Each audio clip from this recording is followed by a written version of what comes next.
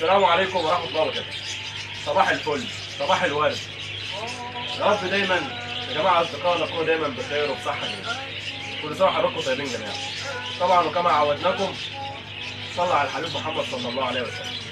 وإذا ما ذقت بالعيش الكئيب فبادر بالصلاة على الحبيب. وإن ضاق بك الأحوال يوما فبالأسحار صلى على محمد. يا حبيبي يا رسول الله، بفضل الله دفعة جنيبة ما شاء الله وسط حاجة محترمة. جنيبة فلاحي من خير بلدنا. الشكاير اللي جاية 25 كيلو، وزن الشكارة 25 كيلو.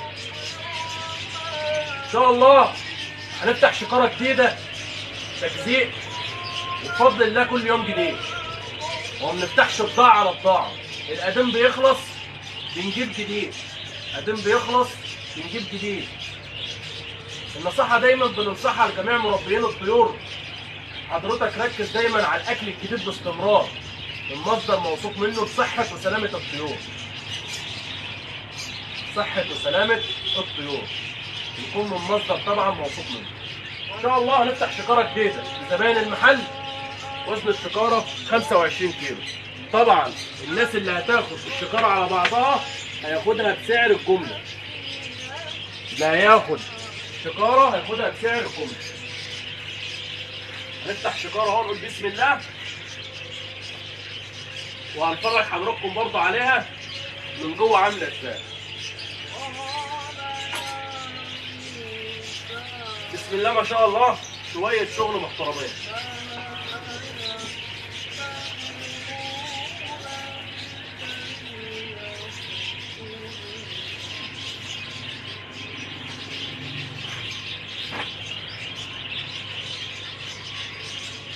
ما شاء الله شوية بضاعة لوز. اتفرج بقى يا حاج على الشغل. بسم الله ما شاء الله، ربنا يبارك.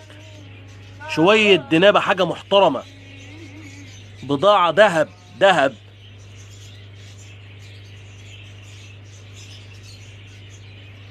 ما شاء الله الحباية عاملة ازاي، حاجة محترمة. أكل عصافيرك أكل نضيف، جودة عالية، مصدر موثوق منه. هتلاقي عندك العصافير تشتغل شغل حلو، انتاجها هيبقى كويس، صحة العصفور عندك هيبقى كويس، الطار اللي عندك. شايف يا باشا، ربنا يبارك. طبعا الشغل ده هيتفضى في البرميل وهيتقفل عليه كويس عشان طبعا ما يقعش فيه اي اتربه ولا اي حاجه. هذا البرميل اهو، برميل فاضي، برميل فاضي، ما بنفتحش حاجه على حاجه. هنفضي الشغل اهو.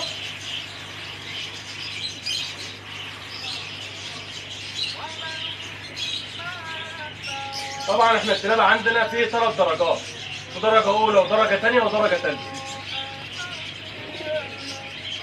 والله شويه بضاعه حلويات، حاجه ما شاء الله لازم لون.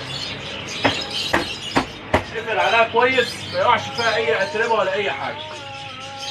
بفضل الله جميع الاكسسوارات كلها موجوده من الالف للياء، اسعار جمله الجمله، اسعار في متناول الجميع. تحياتنا للجميع، يا رب دايما كل اللي يشوف الفيديو سواء صباح او مساء يا رب دايما تكونوا بخير وبصحه. السلام عليكم.